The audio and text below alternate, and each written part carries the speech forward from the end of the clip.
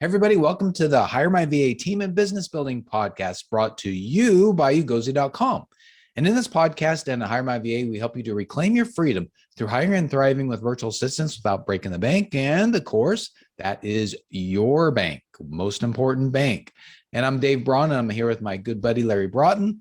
Welcome, Larry, to another episode that we're going to be recording. Thanks for being my friend and my business partner. And just let everybody know what the heck is going on, man. Hello, handsome David. How are you, my friend? Great, man. You've had a lot of stuff happening lately, right? Been a very busy day. Been a busy life, but what the heck, It's a great life if you don't weaken. Used to have a friend tell me that all the time.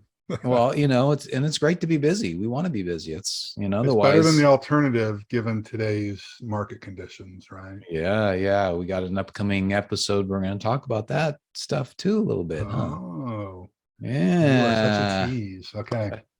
Well, good. Well, I think today is a continuation. It is. I forget what part we're on this. Number 3, I think. Okay. So this is going to be this is episode 144, and the question to continue this saga, I guess. It could feel like a saga for sure.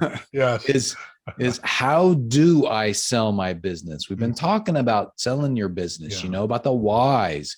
Like, why do I want to do it? Sure. I think a couple episodes ago we talked about you may not want to do your business anymore. Or guess what? You will not want to do your business for some reason or another. At some point. Right. Sure. Yeah. And then we talked about the next part, which was 143. So the first one was 142 about the whys. 143 was about how to position your business for sale, right? What are the things you need to do? Get ready to sell. We talked about maintaining client database, about getting your recurring revenue up, like the systems you got to put together, a few other things. So that was episode 143. So today, though, is kind of what would you say, like the peak of the 3. We've kind of set this up. So this is probably the most important. We want you to listen to the other ones, of course, but this is one of the most important ones, important episodes that we've actually recorded, and obviously the most important in our 3-part saga. Right. So we're going to talk about how, right? How to sell. All right. Yeah. Okay, I think, Dave, to expand on your background a little bit more, the genesis of this conversation was a question that was submitted that was kind of on the heels of a conversation you and I had after reading an article and talking to a friend of mine who's been a business broker for, 30 plus years. And the realization is that many businesses never sell. Yeah. The entrepreneur just closes, or the business owner just closes up shop. Yeah. They might be the plumber or the carpenter, or they might be the dry cleaner or the catering business, whatever it is. And they just don't have the awareness, perhaps it is, the inclination, or have not taken the time to prepare to actually sell. They think, well, who's going to buy it, right? And it could be a competitor could buy. It could be a young entrepreneur. There's a lot of reasons, but I would encourage you go back and listen to those first 2 parts of this. But, as always, Dave, I always remind you and folks that behind every question is another question, is what an attorney friend of mine used to say, right? So how do you prepare to sell, or how do you sell this? Well, the first thing I think you need to ask is, are you really ready to sell? Yeah. That we have to get real crystal clear on. Are you really, and I mean really ready to sell? And what I always try to encourage myself to do and encourage our clients to do is, when there's a big decision that needs to be made, you pretend that you've already made that decision. Mm-hmm. Make the decision in your mind and then live with that for a day, a week, whatever it is. All right. And then go back and say, that really wasn't the right decision. Now let me live with the alternative. I'm not going to sell. All right. Whatever it is. Play both those and let that sit with you for a while. Right? Yeah. But you have to really be ready. I've seen I don't want to say too many times, but I've seen often where with either businesses that I've been a partner in, particularly a minority partner in, or I've been an operator, because one of the businesses I have is somebody might own the business, but then we operate the business. And we just determine, hey, let's take this thing to market. Let's bring in the buyers. Let's do that whole thing. And then all of a sudden, the owner decides, oh, I'm too emotionally detached to it. They can't separate. What are we going to do with our team members, for instance? Or so then they all of a sudden they try to put these weird contingencies on the sale. Like, I have to be involved. You have to consult with me on things. It's like, no one is ever going to do that. So you really have to be ready for this. Yeah, I can see maybe a family member coming out of the woodwork. Oh, really? You're going to sell? Oh, well, I wanted to, buy it. Yeah. Or I want to get involved. Exactly. Yeah. So what I would say, maybe step number one, that once you've really determined that you are ready, is you need to prepare for the inevitable, which is to answer the question, why? Why are you selling? Because I guarantee you, whether you're using a broker or you're just putting a for sale sign out in front of your store or business, ultimately that question is going to come up. Yes. And there's nothing wrong with that, but you do need to prepare a clear and concise explanation about it. And there's no really wrong answer. Where it's wrong is when you start offering sketchy reasons that aren't true, because people's radar are going to pop up, right? And if they're a savvy buyer, they're going to be looking for reasons not to buy. Okay. Yeah. So whether you're selling because you're moving out of state, you're now an empty nester, boredom, burnout, partnership disputes, those are all valid reasons that a sophisticated buyer or investor is going to say, okay, well, that makes sense. Because many of us have had all of those types of things, okay? But it needs to be a clear, concise thing and not some kind of tap dance, okay? So I would make sure that you've got a clear and concise explanation of why it is that you're selling.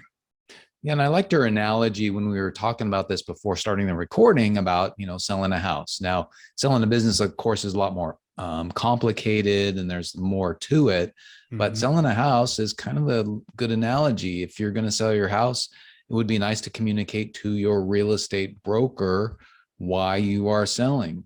In other words, you're selling because you are moving to a bigger house, or you're downsizing, or something like that, as opposed to moving because the next door neighbor, it turns out was a serial killer that just got out of jail. They got a meth lab next door or something like that. Yeah. I think, and under this analogy, though, I think you're right. There are some corollary things between selling a house than not. Whereas a house, most people are like, okay, do I like this? There's usually not a sense of suspicion. When somebody's going to buy a house, there's not a level of suspicion, right? Because this is where they're going to be. It's how do they feel emotionally in the place? And usually there's only a few reasons why someone would sell a house. But a business, because it's an investment and you're going to be expecting to get something in return from it besides a roof over your head, there are all kinds of shady reasons why we're looking for as a potential investor on why are you really selling this thing? Like, are your financials really accurate? And we can talk about that, here in a couple of minutes. Okay. But I'm glad that's a good corollary because most people have at least been involved peripherally on buying or selling a home before. Yeah. Well, and I think the next point, when we were talking about this ahead of time, that's important, was realize that this is not going to be an overnight process. So, for example, we were talking about selling your house. Typically, in normal markets, it takes a while. Lately, though, it's been like a few days. That's just not going to happen with your business, right? In your experience and what you've seen, I mean, it's like years. I know we have one client who has been trying to sell his business for 5 or 6 years. Yeah. Just hasn't found the right how buyer. specialized is it, and what are your non-negotiable terms and contingencies, right? Yeah. So it could take 6 months, or it could take a couple of years to actually sell. I would encourage folks, again, on this mindset thing. You and I talk about this all the time with our mastermind clients, is when you're starting your business, begin with the end in mind. Mhm. you should understand at what point are you going to be selling this thing. So, but let's say you didn't. Let's say that you have not had the privilege to work with Dave and Larry, and all the systems are in place, but you stumble on this recording, this podcast, this video, and you say, well, maybe I should sell it instead of just winding the thing down. We go into detail in the previous episodes of this 3-part series or 4-part series, whatever it is. And we go into some detail on that. But let's say that you decide, okay, I do want to sell it. And if you have not put any preparation into it, it's going to take you a while, right? You're going to want to make sure that your financials are in order. You're going to want to make sure that you got some nice trending profitability or increase in market share. You want to make sure that you've got good inventory control, good processes, negotiate good terms on any of the services that you use. If you are in a leased space, you need to ask yourself, does it make more sense for me to negotiate an extension on the lease so that I have more value in the business? Because a lease can be an asset, right? If it's a crappy lease, it can be a liability, but you got to look at it, make some considerations with that. You're going to want to take some time to prepare what's called a data room, which is basically some kind of electronic vault where you keep confidential information like financials, like inventory, like any kind of lease agreements that you've got, any kind of partnership agreements that you have that are going to impact the valuation of the business. So you're going to want to prepare that. And none of that's going to happen, like you say, Dave, overnight. It's going to take some time to do it. And frankly, let's say that mystically, magically, the reason that's what has triggered this is someone may have come to you and said, hey, I do want to buy your business. All that, when they start going through what's called the due diligence process of capturing information, that information that they gather, you need to be putting into that data room so that, because that most likely that first buyer, that deal is just based on odds, it's not going to go through. It's kind of rare that you get somebody who says, I want to buy your business, and that deal goes through. Yeah. Usually it takes a couple of times to do this. So all that takes time. So if you got like a hard press date, I've got to be out of the country by this date, you got to have wiggle room in there. So just plan this. It could take 6 months. It could take, like you said, it could take a few years. Yeah. Yeah. I may have told the story in a couple of other episodes, one of the other episodes, but former mechanic that we had, they were great, honest, husband and wife ran it. They had some guys work for them, and it was, I mean, they had a pretty good operation. Yeah. And then one day, his wife, who ran the books and the customer service and a lot of that, she ended up having some mental health issues, like dementia and all that. And so he wasn't ready to sell, obviously. But I think the lesson for us is, when we think about the time it's going to take to get yourself ready to sell it, the time it's going to take to find a buyer, make sure that you have some trigger points in your life to think, what are some of these trigger points that may cause me to make that decision to actually sell? So in his case, it would have been perfect to say, well, my wife is on a little bit of a decline here.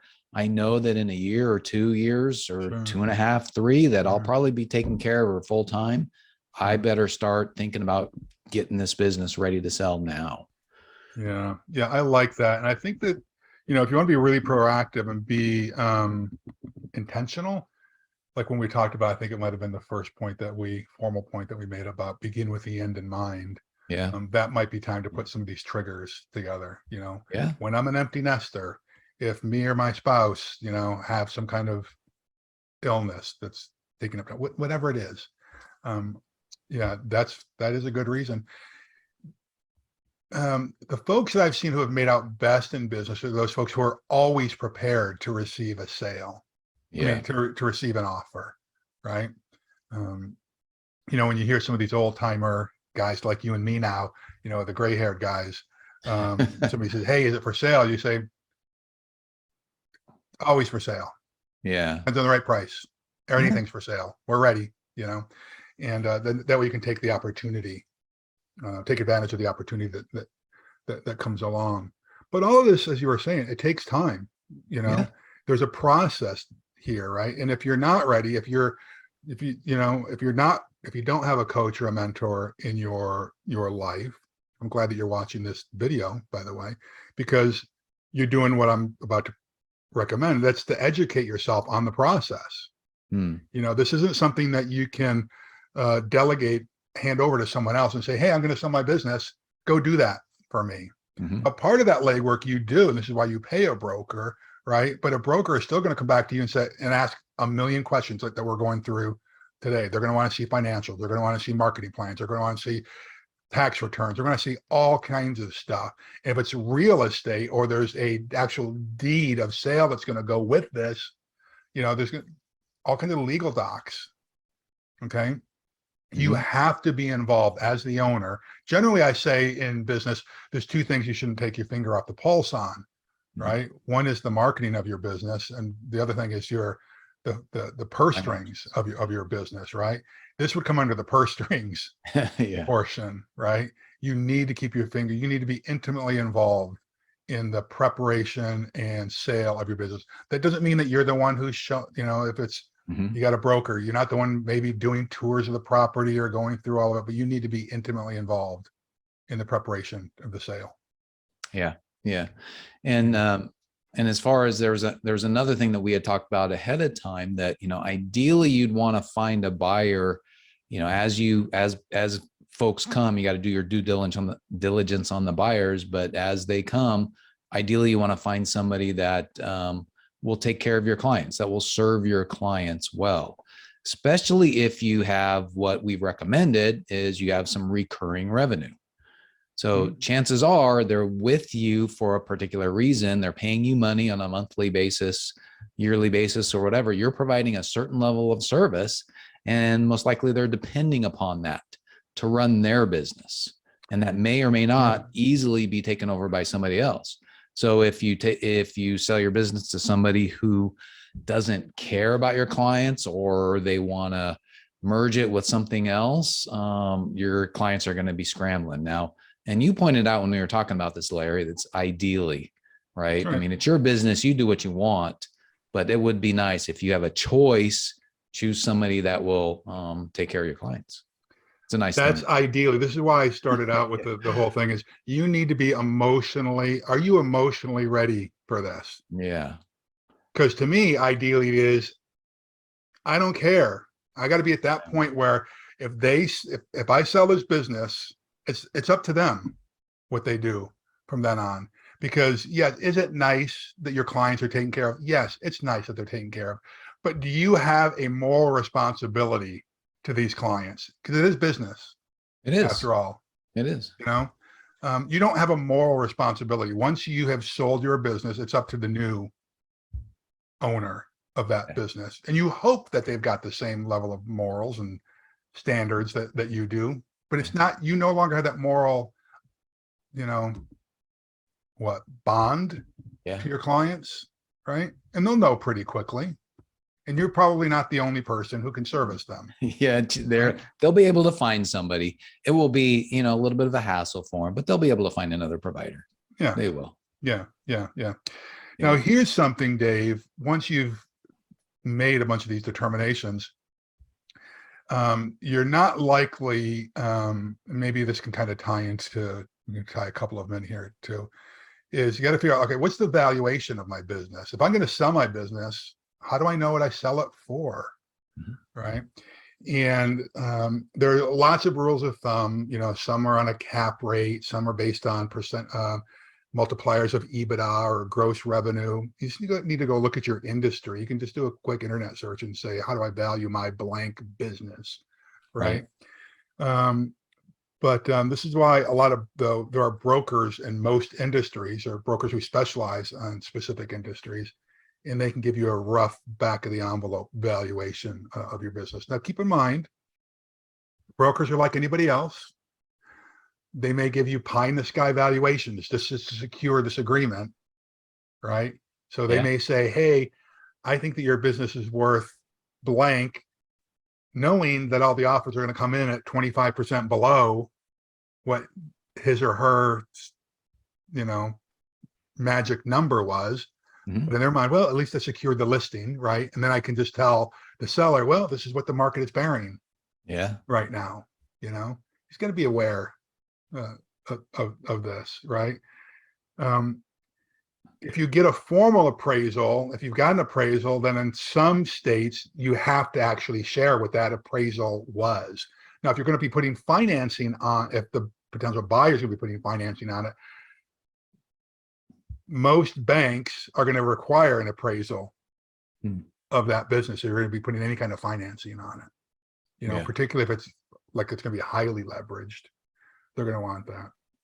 I had mentioned the idea of getting a broker, but that is kind of this next one is you need to ask yourself, do I want to sell this myself? Which is basically going out in front of your house and pounding a handwritten for sale sign, Yeah. into the ground and expecting people to come. You can do that. And there are some online business sales websites out there like Biz by Sell, or LoopNet, those types of things nowadays that you can use. Or do you actually go to a broker? Now, the good thing about a broker, Dave, is that their whole business is built on contacts, okay, of people who will be buying your type of business. One of the businesses I'm in is hotels, right? And so I'm not going to hire a residential hotel broker to sell my hotel. I'm going to go to a hotel broker who has a whole laundry list of hotel buyers that he or she's going to bring to me. So that's what a business broker will be able to do. And it's like in a residential broker, they will shepherd the process. They'll work with the attorneys, they'll work with you, the seller, they'll work with the buyer to make sure that all the things that need to get done get done. Yeah. Well, so then, like a real estate, you can sell your house yourself or find a real estate agent, and one's more of a hassle than the other. So you just have to determine that. But let's assume, Larry, that, for most folks, they'll want to get a business broker. Yeah. And you could talk to other folks that who sold their business before and ask for referrals. Hey, who did you use? Yeah. You can certainly do internet searches, for brokers who specialize in it. You can talk to your business coach or mentor. They can help you through the process. I'm helping out one of our clients right now as they're preparing for the time to sell their business, right? And so I took them through a process where all of a sudden they're looking completely differently at the valuation of their business now that we did a competitive set analysis on other businesses like theirs that's selling in the marketplace, right? So a coach or a broker will help you with this process, but just start asking around, use your network, and just keep in mind that like a residential broker, a broker is going to be expecting some kind of commission upon the sale. Don't hire somebody who's going to sell it on retainer. I've seen some of those clowns, they want to take a retainer up front and then they want a success fee. Don't do that. Just like a residential broker, you're going to pay them a percentage of the sale. And it could be a couple points, depending on the size of the transaction, a few points down to a couple of points. Yeah. And one thing I think to realize about any kind of a broker is normally like they're going to get a percentage of the sale, but they're going to want to likely sell a lot quicker than maybe you want to, because if you want to hold out for a little bit more, they're like, no, I don't want to do that, because that little bit more that you get looks good to you, but a small percentage of that ends up being a very tiny amount of money. And they'd be like, it's just not worth my time. Let's sell this thing and move on. And I want to go on to the next business. Just do your homework with these folks. You got to be careful. Interview them. Interview a broker just like you would anybody else. You're going to ask for references. You're going to talk to those folks whose business they've sold in the past. Again, this is not, I get that there's a lot of moving parts on this. And this is why a lot of people I don't even want to do this.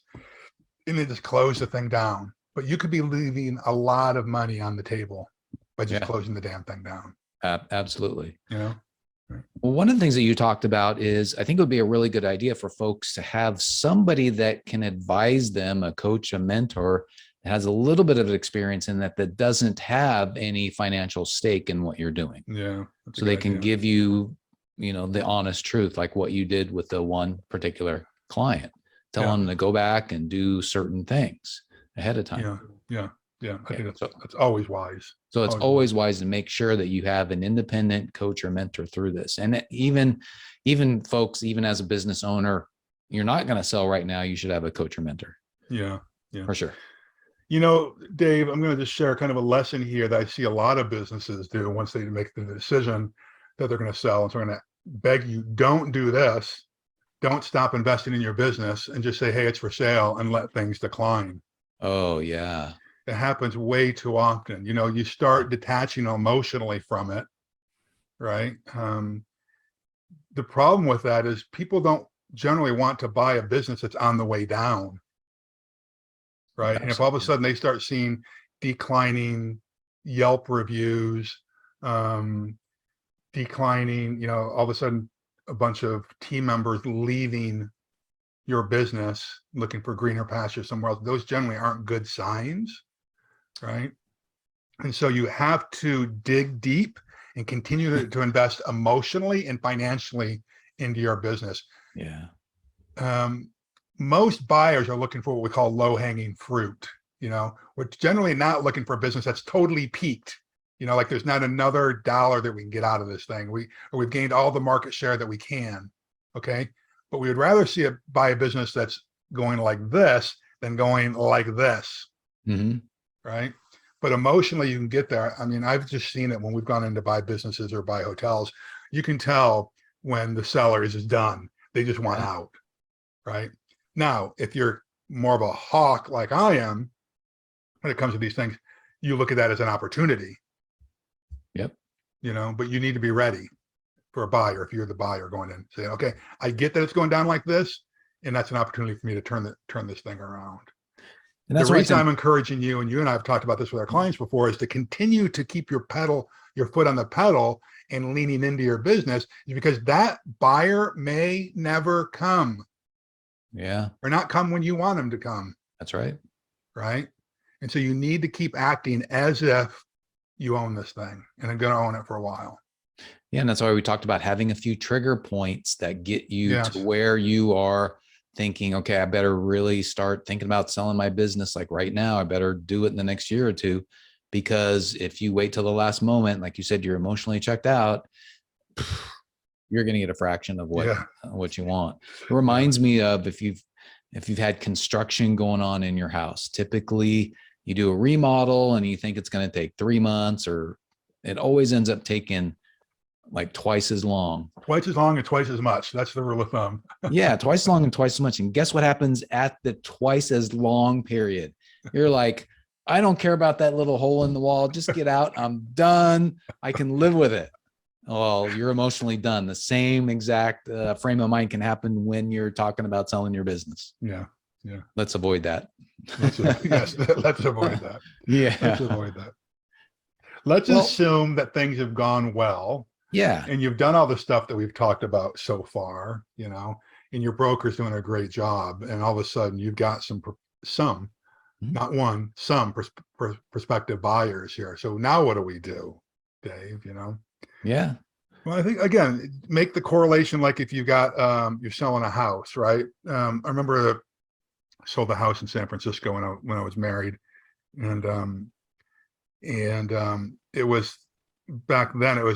We sold like it right near the peak of the housing market, and we had, without exaggeration, you can talk to my former spouse, Dave, and she'll verify this. The broker had 300 flyers to hand out that first day, and they were gone halfway through the open house. Oh, yeah.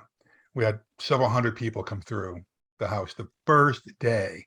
Right. Wow. Wouldn't that be awesome? Right. Yeah. So that made it pretty easy, because I think that was on I don't know, a Saturday maybe, or a Sunday. I forget what it was, but whatever the next day was that we were going to actually meet with our broker. he had like a dozen offers Yeah. on the thing, right?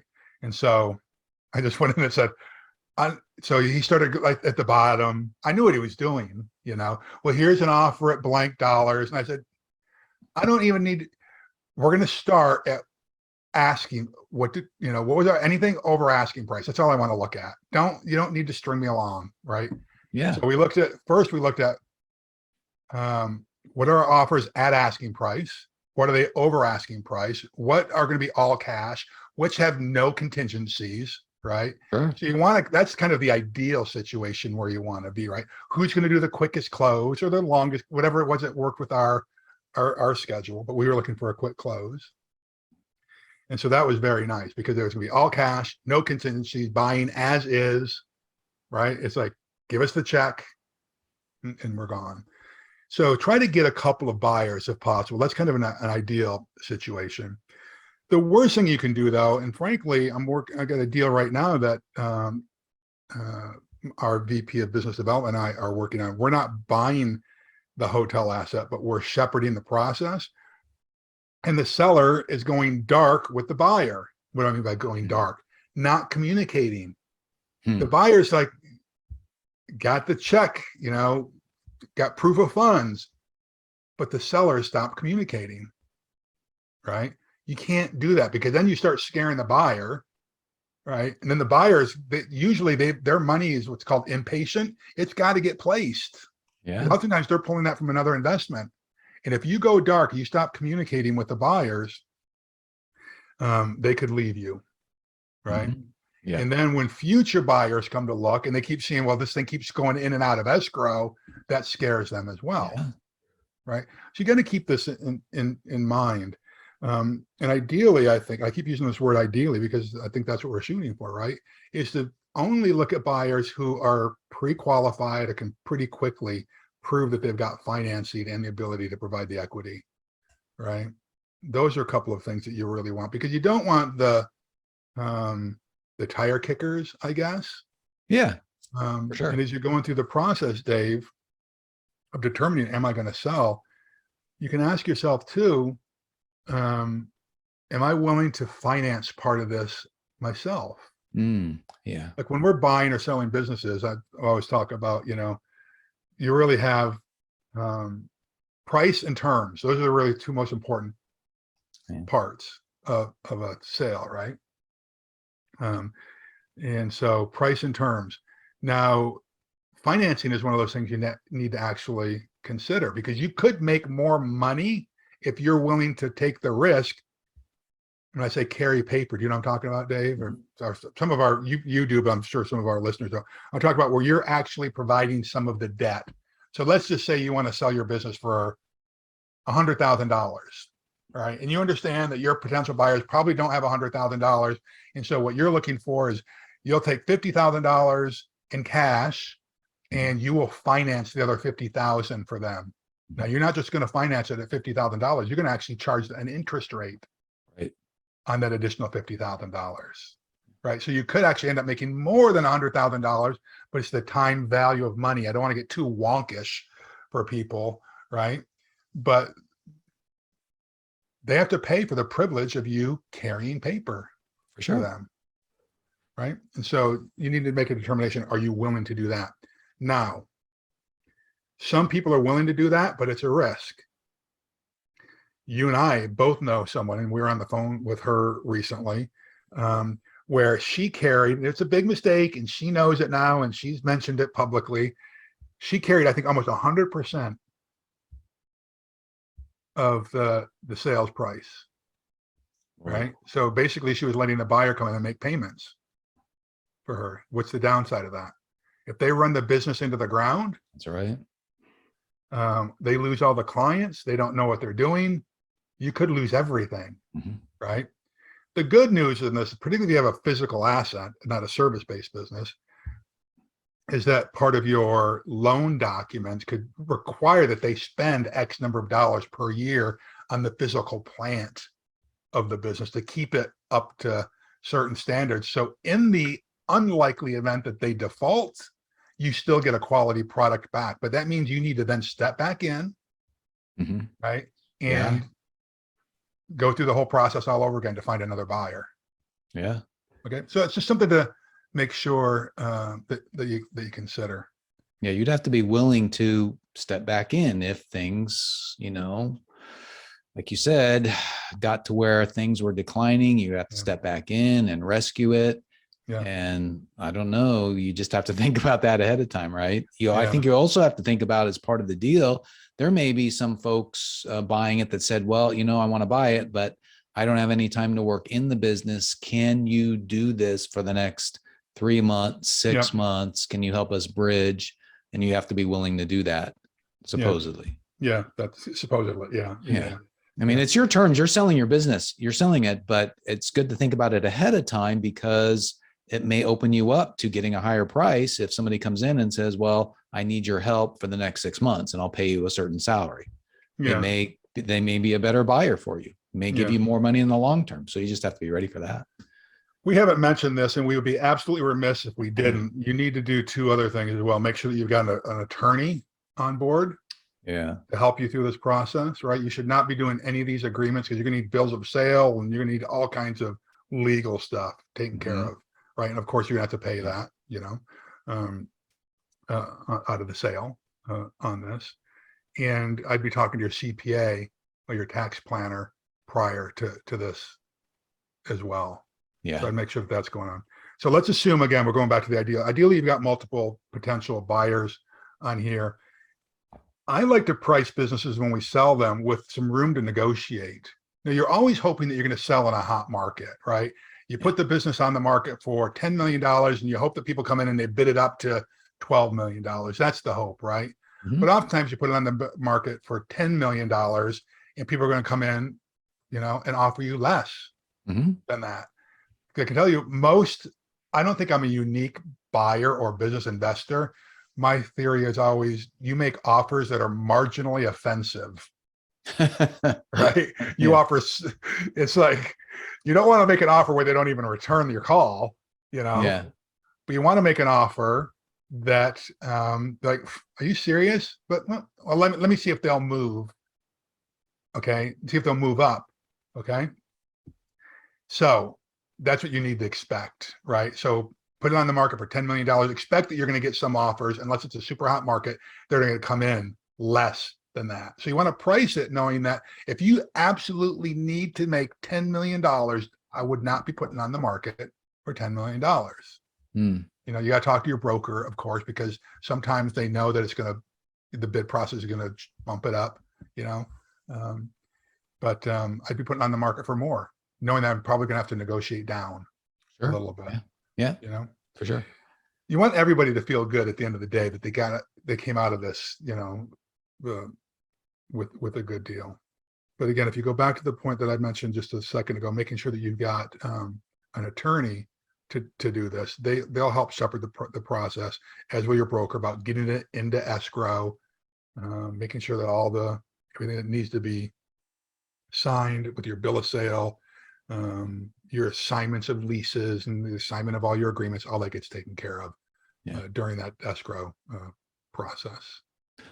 Well, So, and Larry, one of the things that you were talking about too is be careful of when you give out the information on your business, the details.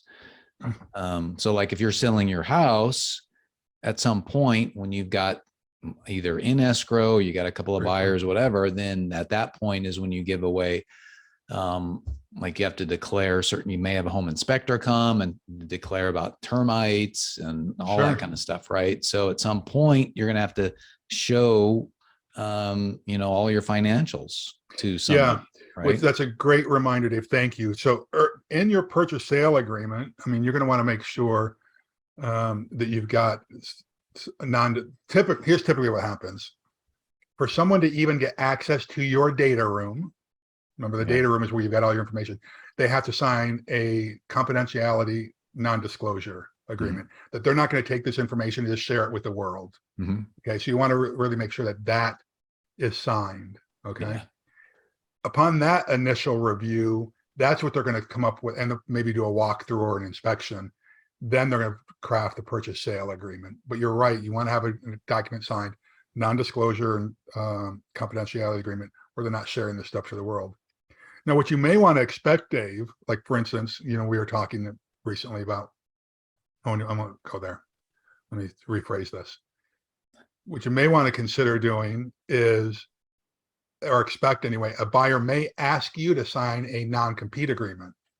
So what's a non-compete agreement? It means that you're not going to open up the same business across the street for some period of time. You know what I mean? Right. Because let's say that you do have a good relationship with all your clients, and buyer buys your business for $1 million. You collect that $1 million, you open up the same business across the street, and all of your former clients that you've worked with for 25 years just go across the street. Yeah. That's not fair either, It's right? not. So expect, I never offer it, but expect that someone's going to ask for it. But Okay? there should be a period of time, a capped period of time. Oh yeah. Yeah. Right? It's not in perpetuity. It's usually, a couple of years. Yeah. Because you may decide after you sell your business and things change. Here's an example. Like, I talked about my car mechanic and his wife with a mental decline. And I don't know if this would have happened, but, say she eventually died and he said, I'm kind of bored. I don't want to get remarried. I need to have a little bit more purpose. So I'm going to open up another repair shop. I'm going to start from scratch, because he did it. He likes it. So why not? Well, you could think about doing the same thing. Yeah. Like there are some industries where it just does not happen. Like in the hotel industry. When I sell a hotel, there's no way that somebody says, okay, you can't go do another hotel. It just doesn't. Yeah. But if it's a specialty type of thing, that might be true. So that's a lot of stuff. Yeah. And I would say that what we can't forget though is this following. This might even be there are a lot of other points. We could have a whole workshop on this, folks. We're just trying to give a high level here. But you do need to ask yourself this question: now what? Or what's next? Right? Because you need to ask this before you put the thing on the market, because there may be tax liabilities. If you're actually making money on the sale, there may be a capital gains. You need to ask yourself, okay, am I willing to accept that capital gain and just ride off into the sunset? Or do I want to reinvest that into the market? Do I want to put that money into a trust? What do you want to do? Yeah. Okay. Because all of a sudden, if you got this slug of cash, there are consequences.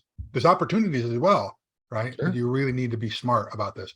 So be sure to talk to your tax accountant or your financial planner about what to do, right? Because there will be consequences, good and bad, of course. Yeah. Yeah. And then, then there's the personal aspect of what's next. What's next for you? You're selling it. Yeah. You're going to have extra time to do what? Now you may have a plan for it, but some people, they decide to retire, and then after a month or 2 months or 3 months, they're going nuts. They want to do something else, So right. Think about that. Think about what's next. Yeah. For you, right? For sure. Yeah. That was a great point, Larry. Glad you brought that up. Yeah. Yeah. I got great points once in a while.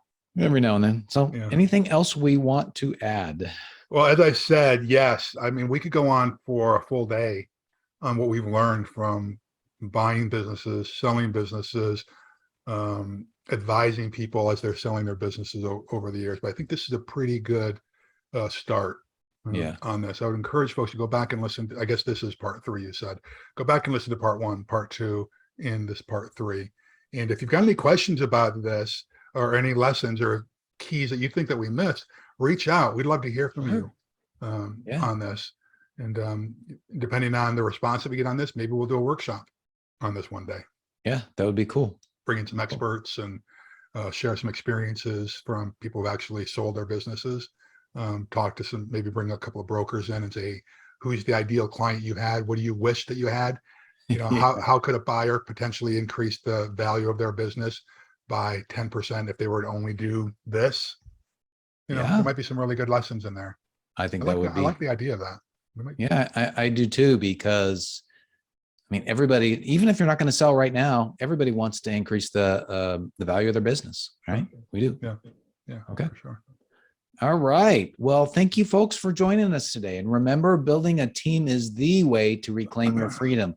you're going to need a team to help you get through this. You're going to need a team to help you Life. get through this sales process as well. If you're going to sell your business or preparing your business to sell, all that stuff. Well, as you've listened to these set of 3 episodes, you know that we're here to help you with our course and community and our white glove service, where we can find rockstar VAs for you. We've got a Q&A session coming up here in a couple of days within our course and community, Larry. You could even ask us more questions on that or anything else. We're here for you to support you. But we'd love for you guys to do a couple of things right now. Number 1, subscribe to the podcast if you haven't already done so. Your iPhone, your Android phone, whatever phone you got. And then also subscribe on YouTube as well. That will help you to get reminders, and you'll see our videos pop up a lot more. And then number 2 is give us a rating, preferably a 5-star rating. We'd love to have that. But as Larry mentioned, give us a comment, ask us a question about this subject that we talked about today or any other subject. And then you can also, and we're preparing something new, but you can get our free checklist at our site to learn what you need to do to properly prepare for, hire, and thrive with a virtual assistant. But we're preparing something else for you guys in the background. I know I don't want to say now, I don't want to commit now, but it's coming up soon, and it's related to this episode.